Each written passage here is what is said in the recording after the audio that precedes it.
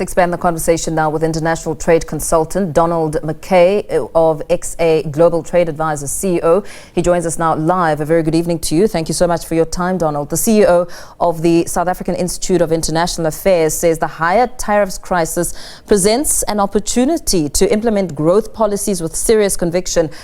As we assess the impact, where are the gaps? Yeah, I mean, I'm a little less optimistic than Elizabeth, but nevertheless, South Africa, I think, has positioned ourselves in a high-risk situation with the US. We've concentrated a material portion of our exports, and then we've had a really rocky relationship politically with the US, which makes us vulnerable.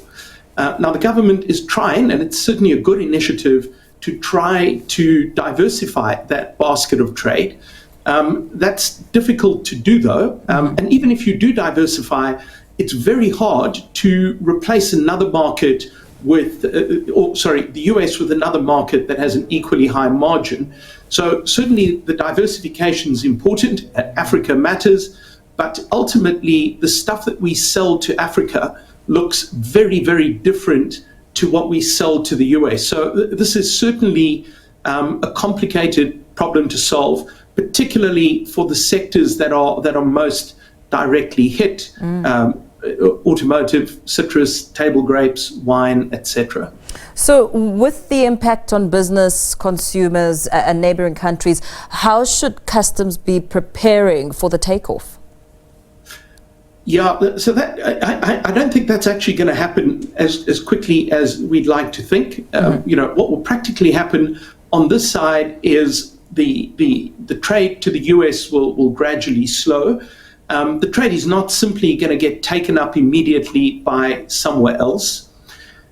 In some cases, we can probably ride out the storm. If you take citrus, for example, it's certainly not good for them. But we only export around 5% of our citrus to the US.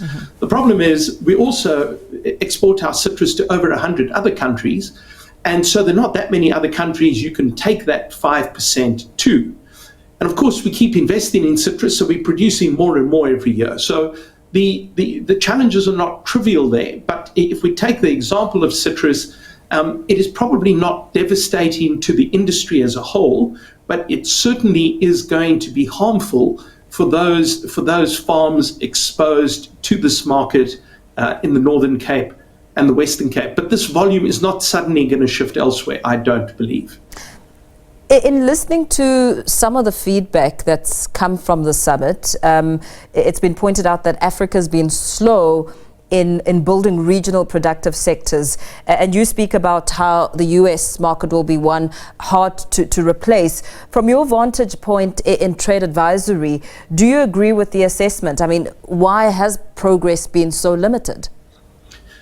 Yeah, so Africa is cursed with some horrible geography, just making it particularly difficult to move things within the continent.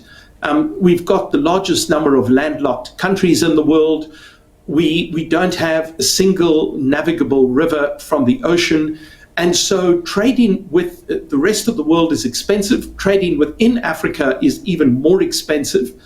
And the way that would typically be overcome is with significant investment in things like rail. What we should be seeing is a continent covered with railway lines.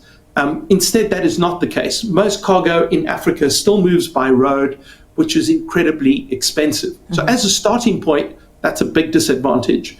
And then we've got to add to that the incredible amount of conflict that is happening in Africa. So if you just kind of have a look at the map, you look at the number of coups that have occurred, you look at the horror show unfolding in Sudan at the moment, there are problems here that really don't replicate elsewhere in the world to the same degree.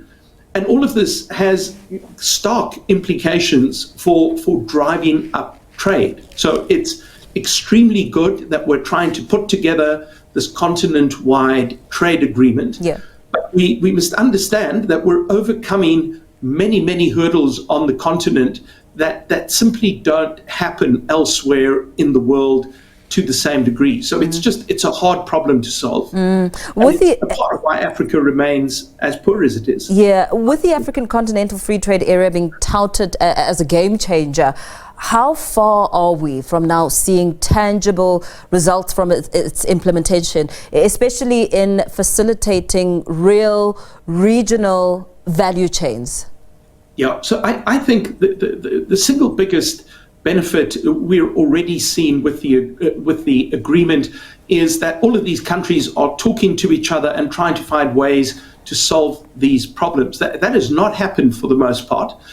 The agreement aims to reduce tariffs. That's proving to be quite difficult. Yeah. As it's easy to kind of talk about, but for many countries in Africa, the tariff they collect at the border is a very significant part of their revenue. So it's easy to talk about the benefits of trade, but if you can't replace that revenue with a growing economy, with things like manufacturing, for example, or greater agricultural investment, then the countries simply become poorer.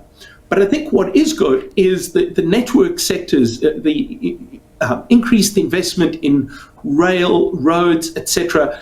This is going to generate benefits, but we must understand that these things take a long time to do. I think the political promises made that this would immediately generate all of these large benefits was simply just normal political talk.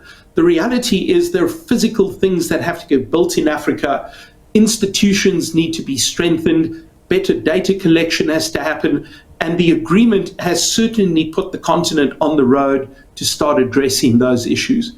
But it's going to take a while. Very well. Thank you so much for speaking to us this evening. International trade consultant Donald MacKay, who is XA Global Trade Advisors CEO, giving us some reaction there.